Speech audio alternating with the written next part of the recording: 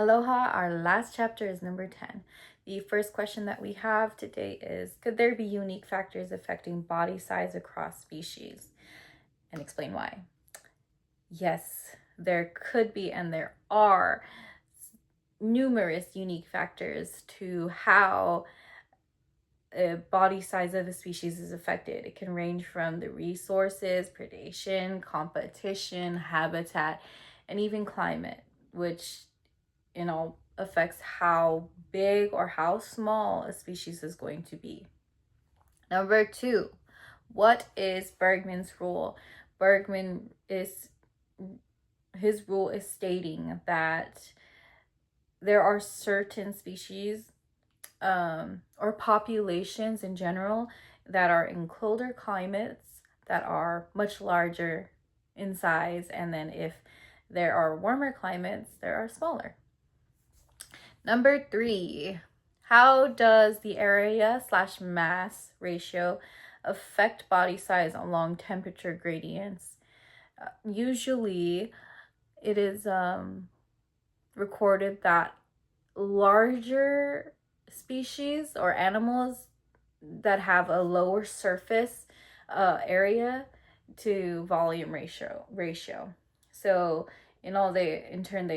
they lose heat a lot slower because they're bigger, of course. And then while the opposite for smaller animals or species, they lose heat faster. Number 4, we're going to go into what is Allen's rule. Allen's rule states that in colder climates, species will have shorter limbs, ears, and tails. While in the warmer climates, species have longer appendages. They're just bigger and just longer. They have more. Number 5, how do you explain Allen's rule? If I were to shorten that up, it's literally longer appendages help release the heat that they gain, and having shorter appendages, arms, legs, things like that, they usually conserve heat a lot more because they're all close together. Number 6, what is Cope's rule? This one, if I can remember, is that the lineage of a species can increase in body size over time, over evolutionary time. Like it just increases. And that goes into the next question, which is, how do you explain Cope's rule? With it growing, usually it would become a larger size during evolution because it's able to improve certain things like hunting, defense, competition, and overall survival for that species. Number 8, what is the island rule?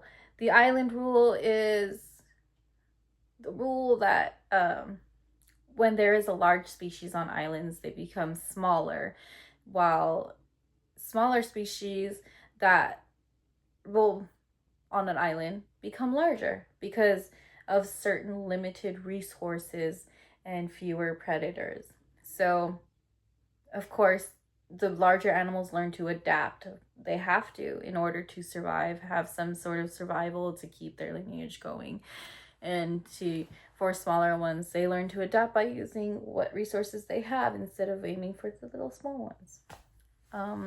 Number 9, why is it important to study patterns in body size?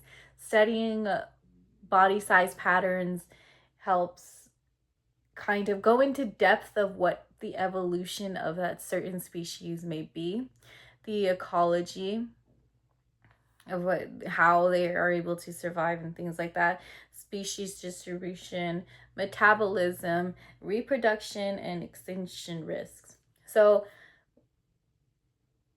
when you observe pattern size, you can see all the differences and how things grow or stay the same or completely extinct.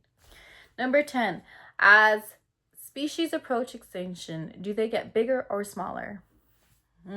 Provide an example. species nearing an extinction usually, most times, become smaller. There was the Lilliput effect, where it explained how organisms had shrank during the environmental crises and resources had shortened, and they continued to shorten, so they became smaller and smaller and smaller and smaller until they no longer existed. And that is the end of chapter 10. Thank you.